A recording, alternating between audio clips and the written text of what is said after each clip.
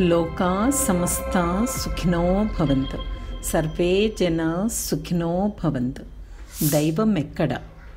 దైవం సర్వత్రా వ్యాపించి ఉన్నదని మాట్లాడేవారు మానవుని మనసులో ఉన్న దైవాన్ని తెలుసుకోవడంలో విఫలమవుతున్నారు.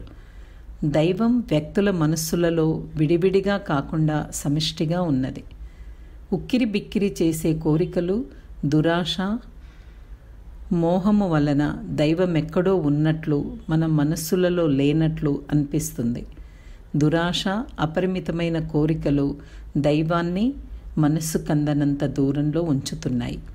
దైవానికి మనం ఎంత దూరంలో ఉన్నామో తెలుసుకోవడం తేలికే. మీ కోరికలన్నీ ఒక పట్టీగా వ్రాయండి. పట్టీ ఎంత పెద్దదైతే దైవం మీకంత దూరంలో ఉన్నట్లు తెలుసుకోండి. కోరికలను అధిగమించినప్పుడు దైవపు ఉనికి తెలుస్తుంది. మనస్సు సంతృప్తితో నిండిపోతుంది. పెరిగే కోరికలు మన జీవితంలోని ప్రతి క్షణాన్ని వశం చేసుకుంటాయి. ప్రణాళికలు వేసి వాటిని అమలుపరిచి నైపుణ్యంతో వాటిని పూర్తి చేయడం, కాలమంతా అందులోనే గడిచిపోతుంది. కోరికలను విశ్లేషించి అధిగమించడం తేలికే. అప్పుడు శాంతి, సంతృప్తి కలుగుతుంది. అక్కడే దైవాన్ని కనుగొనగలవు.